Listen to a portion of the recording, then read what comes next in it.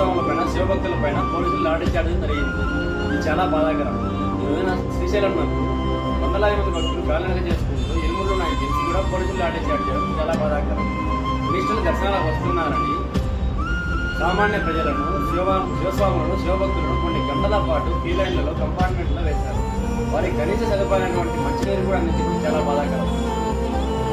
ఈరోజు శివరాత్రి వేళ వేలాది మంది భక్తులు శ్రీశైలం దర్శనం వస్తారని తెలిసి కూడా కనీస ఏర్పాట్లు చేయబడిన పరిస్థితి. వీటన్నిటిపైన ఆగ్రహంతో కొంతమంది తట్టుకోలేక శ్రీశైలం నియోగాన్ని ప్రశ్నించగా వారిని ఈడ్చుకొట్టి లాఠీ చార్జ్ జరిగింది. చాలా బాధాకరం.